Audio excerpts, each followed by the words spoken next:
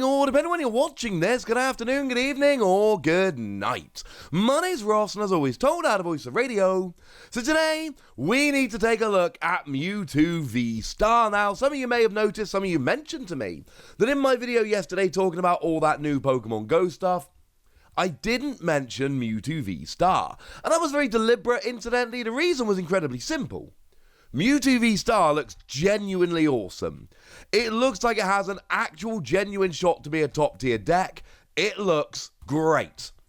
And there is absolutely no way I'm putting it in as an afterthought in an already 20-minute video covering a whole bunch of other stuff.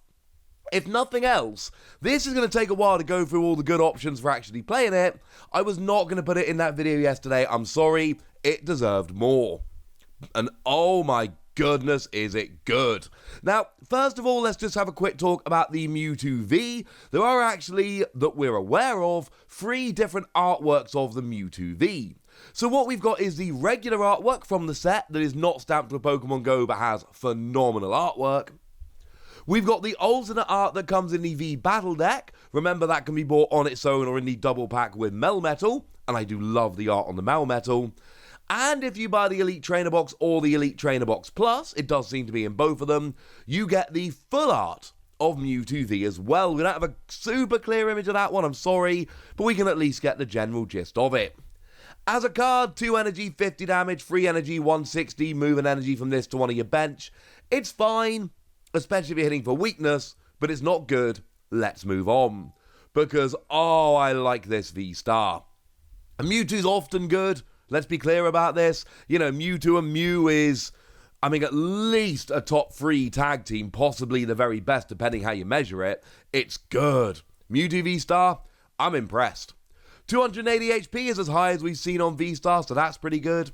I will mention that the weakness to darkness could be an issue, because obviously at the moment an awful lot of people are playing Mew, and this is sharing a weakness with it. And that means that people could be going after it. So all the people out there playing Galarian Moltres or Galarian Moltres V, they will also be countering this, which can be a bit of a problem. However, by the time this comes out, one of the really good counters for Mewtwo is going to be Mightyena. That's the one that does 160 for 0 energy, as long as your opponent has a VMAX in play. Well, you don't have to play any VMAX with this, so if you don't play any VMAX, then you won't be countered by Mightyena, and that could actually be a genuinely big deal. But there is at least one VMAX I'm going to be suggesting in a minute. Please bear in mind, if you play any VMAX onto the field, you are then at high risk of being countered by Mightyena. Please bear that in mind. So what we've got here are 2 phenomenal attacks, the first one of which, for 2 energy, does 90 damage for each psychic energy you discard, and you can discard up to 3 psychic energy from your Pokemon. Doesn't matter which ones, any of your Pokemon. Discard 1 and you'll get your evolving Pokemon and weak support. 2, you'll do 180 damage and get pretty much single prize Pokemon and really weak Pokemon V. And discard 3 and you'll do 270 and get most V-Star. You won't get them all. But if you had a choice band, then you go up to 300, and that will get all of your opponent's V-Star. And if you play Hawlucha, the Radiant version, then you'll be hitting 330 against V-Maxes. And sure, there are a couple out there like Eternatus that will actually survive that. But by the time you build in a Choice Band and Radiant Hawlucha, there will be a few VMAX that will survive with 10 HP remaining, and that's it. The numbers here work really, really nicely. But there is a very fair criticism to make here, and that is, well, hang on a second, Wassy. This is Reshiram and Zekrom. We can go back to Cosmic Eclipse, and we can look at Reshiram and Zekrom, and Reshiram and Zekrom basically had this attack, and wasn't good, and didn't see much play. It was a Fire and a Lightning, 90 damage, discard 3 in any combination of basic Fire and Lightning, and you deal 90 for each one you discard. This is way better. Way better. And the reason, very simply, is it's so much easier to get the energy on the field.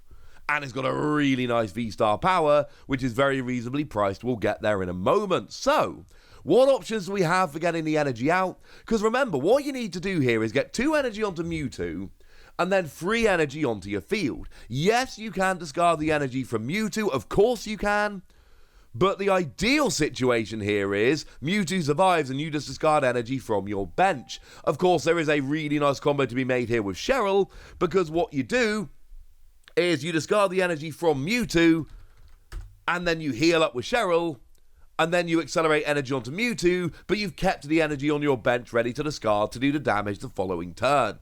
So that is something to bear in mind. So what are all of these options? Well, the obvious one straight off the bat is Arceus VSTAR. Lets you attach free energy from your deck to your Pokemon V. And on the one hand, I really like this, and on the other hand, I don't love it. And the reason is, you need to basically be attaching free energy every turn to Mewtwo to keep up the pressure on, V-Star decks, for instance. And Arceus is really good at getting the first free energy, but after that, you're flicking between Arceus and this. It can absolutely work, but I do fear it's slower than some of the other options we've got.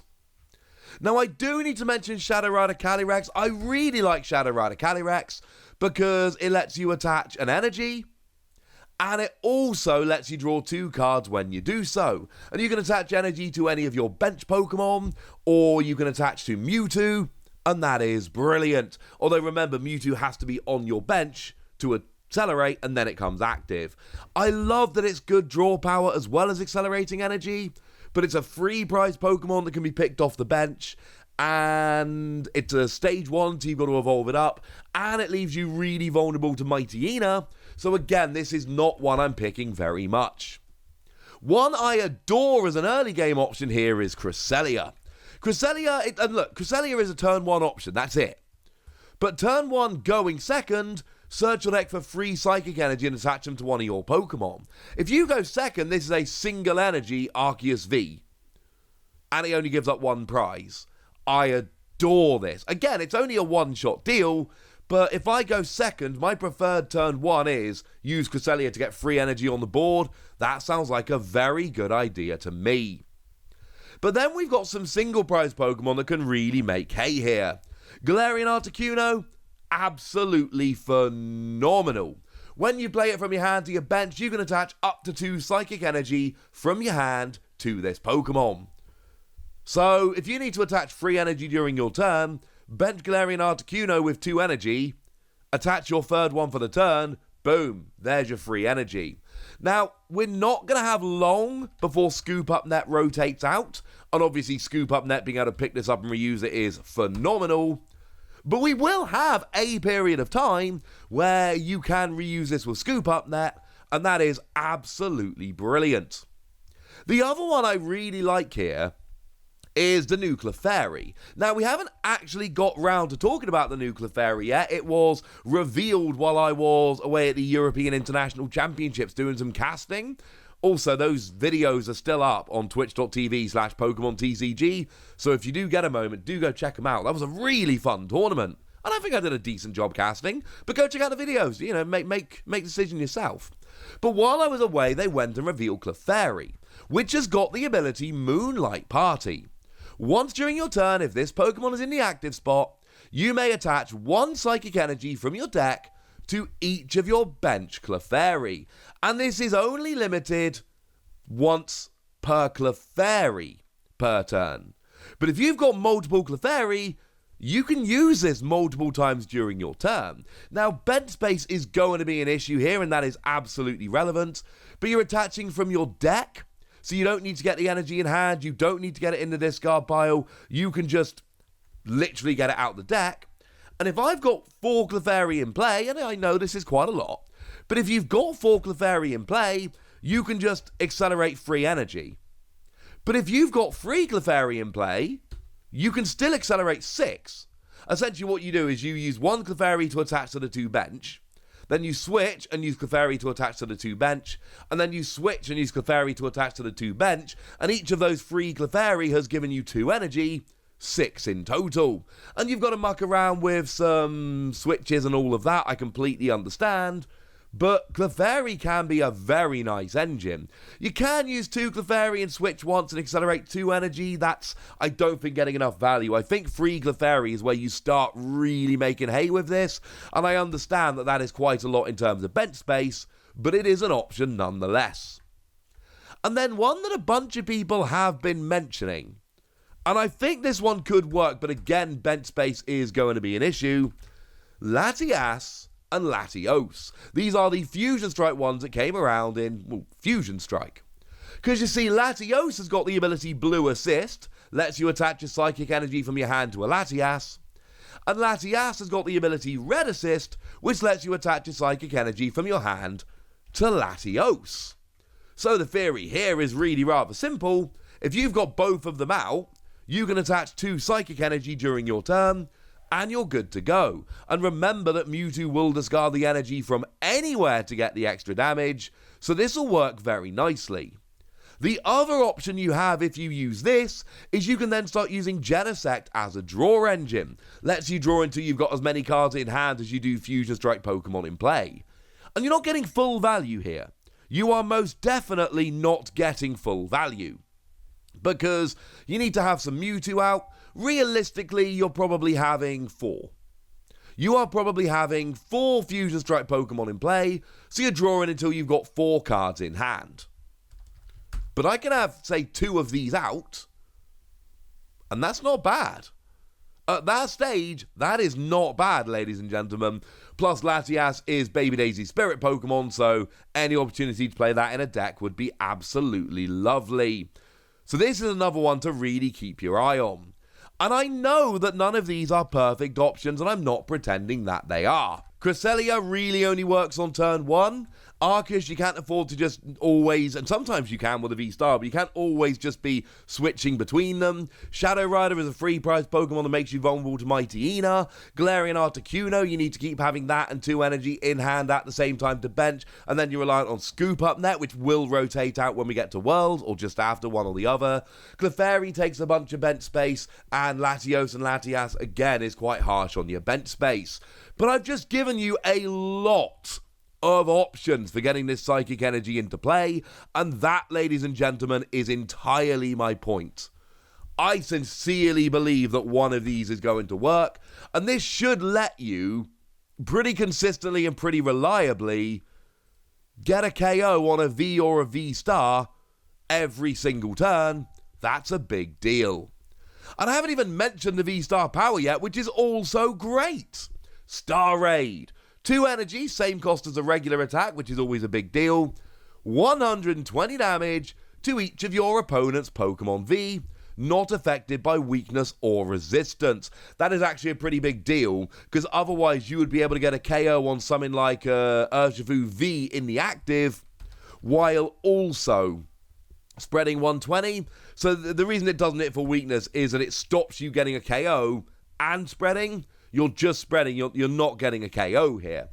Obviously, were we back in the day of Shaman, this would be absolutely full-on broken, because it would KO all the Shaman. So obviously it's not going to. But what it's going to do is spread a decent amount of damage. Time you've done this, Psypurge only needs to discard 2 energy to get a KO on basically anything. Or you've hit a few with Arceus, and then Mewtwo will come and finish them off. It means if your opponent tries to retreat to the bench and isn't playing any decent healing, you are going to wreck your opponent's board in one go. And there's many different ways to do this. You can either do it early, if you know your opponent isn't playing healing, and then all of your KOs with Mewtwo just became way easier. Or you can go through this knowing that if you fail a couple of KOs, if your opponent survive and go to the bench, then you can just finish them off using Star Raid. Or maybe a combination of the two. Finish one Pokemon up while, softening a couple for later in the game. Either way, it's good. Also weirdly similar, because remember Reshiram and Zekrom's GX attack did 170 to 2 of your opponent's Pokemon, but it was for 4 energy and you had to have played End's Resolve. And I do think this is significantly better than Reshiram and Zekrom, and the reason is just all of the support. We've got so many options for getting Psychic Energy out, and you're hitting a really good weakness against those Urshifu. Rapid Strike Urshifu right now, I think it's fair to say, is the best deck in the format. It won Liverpool regionals, it won the EUIC and was a huge amount of the top cut, it was 5 out of 8 in the top cut, so you've got to think, you're hitting a good weakness, you've got lots of options for accelerating energy, you've got a really good spread attack, you should be getting a KO every turn, and if you don't, you've got that really good spread attack. I mean, come on, ladies and gentlemen. I suppose I should quickly mention that Manaphy will completely ruin your plans for spread attack. So if you know your opponent's playing Manaphy, that will, if they haven't got it out, you can go nice and quickly. If they have it out, it's not a good V-Star power, but that's something to work on as you go through each individual game. I really like Mewtwo VSTAR. I'm giving it 5 Wassies. I really do think this is one of the best V-Star we've seen, and I think it has absolute potential to be a top-tier deck. And maybe I'm wrong. Absolutely could be wrong about this one. But, there was a brief time where Reshiram and Zekrom looked like the best deck in Japan. And I mean a brief time. It ran out, it's fine, these things happen. But this just seems like it's got so much potential and so much support. This is one we need to be taking seriously. That's what I think. I want to know what you think. So let me know in the comment section, would ya? Go nuts! Be nice! And then make sure you like this video, subscribe to this channel, follow me on Twitter at TheWasi, and Twitch for some live action at twitch.tv/PTCG Radio. If you want to support the channel, get some bonus podcasts and all that good stuff, head on over to patreon.com/PTCG Radio, where you can do exactly that. But by far the most important thing, as always, look after yourselves till next time, would ya? Thank you very much for watching. My name's Ross, and you've been watching PTCG Radio.